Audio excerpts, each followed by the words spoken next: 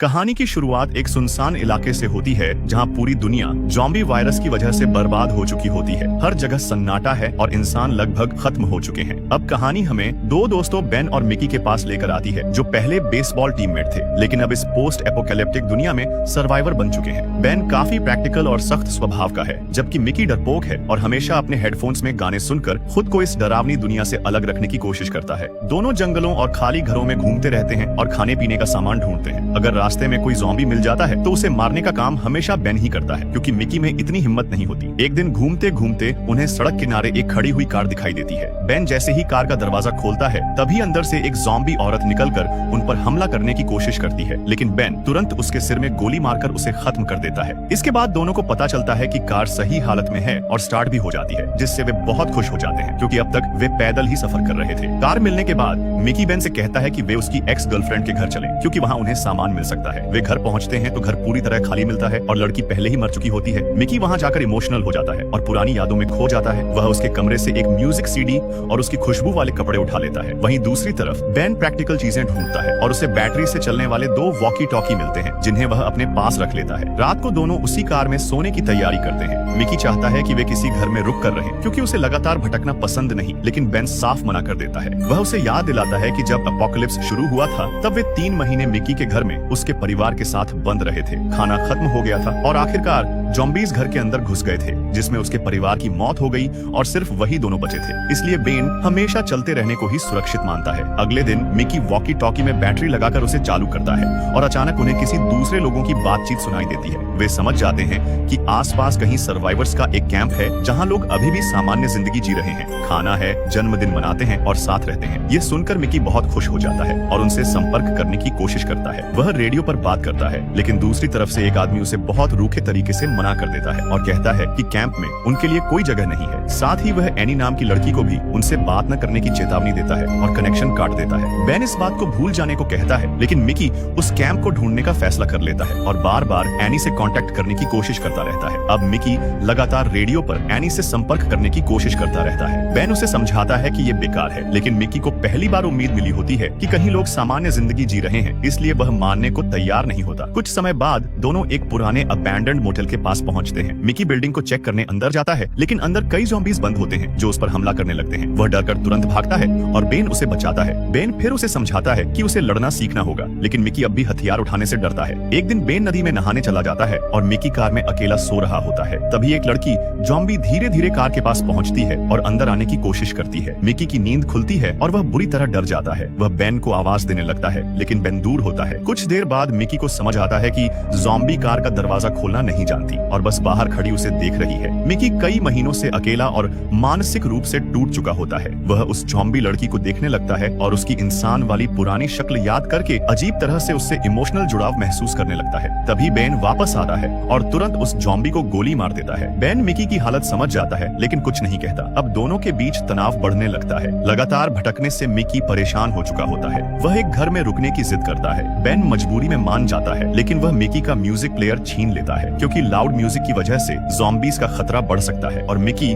आसपास की आवाजें सुन नहीं पाता। रात को मिकी फिर रेडियो पर एनी से बात करने की कोशिश करता है और इस बार एनी उससे बात कर लेती है। एनी उसे बताती है कि कैंप वैसा नहीं है जैसा वह सोच रहा है और अगर किसी ने उन्हें बात करते देख लिया तो उसे सजा मिलेगी। वह मिकी को कैंप ढूंढने से मना करती है। मिकी उससे मिलने के लिए बेन को छोड़ने तक को तैयार हो जाता है, लेकिन एनी कनेक्शन फिर काट देती है। उधर बेन अकेले में पहली बार थोड़ा आराम करता है। वह मिकी का प्लेयर चालू करता है, शराब पीता है और गाना सुनकर नाचता है। तभी उसे बाहर एक ज़ॉम्बी मिलता है जिसे वह पकड़कर घर के अंदर ले आता है। बेन मिकी को सर्वाइवल सिखाने के लिए एक खतरनाक फैसला करता है। वह मिकी के कमरे में बेसबॉल बैट रखता है, ज़ॉम्बी को अंदर छोड़ देता है और दरवाजा बाहर से बंद कर देता है। मिकी अंदर फंस जाता है और घबराकर चिल्लाने लगता है। बेन दरवाजा नहीं खोलता और कहता है कि अब उसे खुद लड़ना होगा।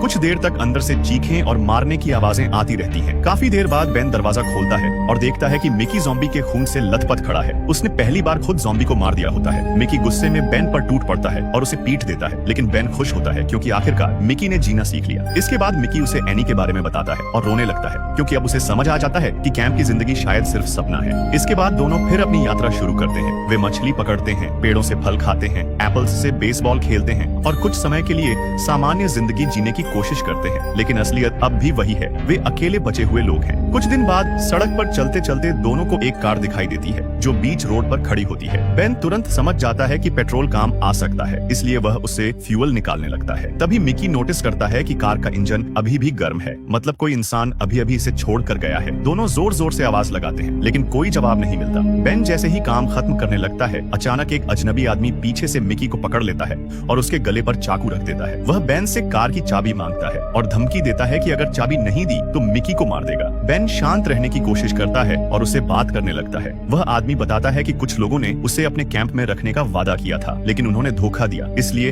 अब वह भाग रहा है। बेन कहता है कि चाबी इग्निशन में है और वह अपनी बंदूक फेंक देगा, बस मिकी को छोड़ दे। आदमी मान जाता है और मिकी को छोड़कर कार में बैठता है, लेकिन चाबी वहाँ नहीं होती। चाबी बेन की जेब में होती है। अपनी गलती समझते ही वह भागने लगता है। तभी बेन उसे गोली मार देता है। मिकी इस बात से हिल जाता है क्योंकि बेन ने बिना झिझक एक इंसान को मार दिया होता है। दोनों इस बात पर बहस कर ही रहे होते हैं कि तभी एक दूसरी कार वहाँ आकर रुकती है। अंदर से एक लड़की और एक बड़ा आदमी उतरते हैं। लड़की कहती है कि वे लड़ने नहीं आए, बस अबैंडन्ड कार लेने आए हैं। बेन सतर्क रहता है और बंदूक ताने रखता है। लड़की पूछती है कि कार का ड्राइवर कहाँ है। बेन झूठ बोलता है कि उसे ज़ॉम्बी ने काट लिया था, इसलिए उसे मारना पड़ा। लड़की बार बार सवाल पूछती है और तभी मिकी उसे पहचान लेता है। वह एनी होती है, वही लड़की जिससे वह रेडियो पर बात करता था। जैसे ही एनी समझती है कि वे वही लोग हैं, वह तुरंत बेन की टांग में गोली मार देती है और उन्हें धमकी देती है कि कैंप के पास आने की कोशिश मत करना। फिर वह उनकी कार की चाबी लेकर दूर घास में फेंक देती है और अपने साथी के साथ चली जाती है और दोनों चाबी ढूंढते रहते हैं, लेकिन नहीं मिलती। अंधेरा होने लगता है, इसलिए वे मजबूर होकर कार के अंदर ही रात बिताने का फैसला करते हैं। आधी रात को अजीब आवाजें आने लगती हैं। वे हेडलाइट्स ऑन करते हैं और देखते हैं कि चारों तरफ ज़ॉम्बीज का झुंड आ चुका है। बेन की चोट की वजह से वे भाग नहीं सकते। सुबह तक पूरी कार ज़ॉम्बीज से घिर जाती है। ज़ॉम्बीज कार को हिलाते रहते हैं, कांच पीटते रहते हैं और बाहर निकलना नामुमकिन हो जाता है। दोनों कार में फंस जाते हैं, न बाहर जा सकते हैं, न मदद है। बेन गुस्से में मिकी को दोष देता है कि अगर उसने एनी के पीछे पागलपन न किया होता तो वे यहाँ न फंसते। समय बीतता जाता है, खाना पानी कम होने लगता है और दोनों समझ जाते हैं कि वे धीरे धीरे मरने वाले हैं। पागल होने से बचने के लिए वे शराब पीते हैं, बातें करते हैं और पुरानी यादें शेयर करते हैं, लेकिन सच यही है, अब उनका बचना लगभग नामुमकिन है। बेन बार बार बाहर निकलने का रास्ता सोचता है, मगर उसकी घायल टांग उसे चलने नहीं दे रही होती। दूसरी तरफ मिकी डर के कारण लगभग टूट चुका होता है। वह चुप बैठा रहता है, कुछ बोलता नहीं, बस खिड़की के बाहर देखता रहता है। दोनों के बीच अब कोई बहस भी नहीं बचती, सिर्फ खामोशी। अगले दिन वे खिड़कियों को ब्लैंकेट से ढक देते हैं ताकि ज़ॉम्बीज उन्हें देख न सकें और शायद चले जाएं, मगर कुछ भी नहीं बदलता। ज़ॉम्बीज वहीं डटे रहते हैं। समय काटने के लिए दोनों शराब पीते हैं, गाने सुनते हैं और पुरानी बातें करते हैं। पहली बार फिल्म में दोनों दोस्त सचमुच खुलकर बात करते हैं। मिकी बताता है कि वह इस दुनिया में जीना नहीं चाहता था, उसे हमेशा नॉर्मल लाइफ चाहिए थी, लोग, घर, आवाजें। जबकि बेन कहता है कि उसने इस दुनिया को जैसा है वैसा एक्सेप्ट कर लिया है, क्योंकि अब यही रियलिटी है। धीरे धीरे वे समझ जाते हैं कि वे हमेशा कार में छिपकर नहीं रह सकते। बेन फैसला करता है अब बाहर निकलना ही होगा। वह मिकी से कहता है कि वही बाहर जाएगा क्योंकि बेन चल नहीं सकता। वह उसे इंस्ट्रक्शंस देता है, चाबी ढूंढो, भागो और अगर मौका मिले तो उसे छोड़कर निकल जाना, क्योंकि कम से कम एक आदमी तो जिंदा रहना चाहिए। मिकी पहले मना करता है, वह बेन को छोड़कर नहीं जाना चाहता, मगर आखिरकार वह मान जाता है। आखिरी सिगरेट पीकर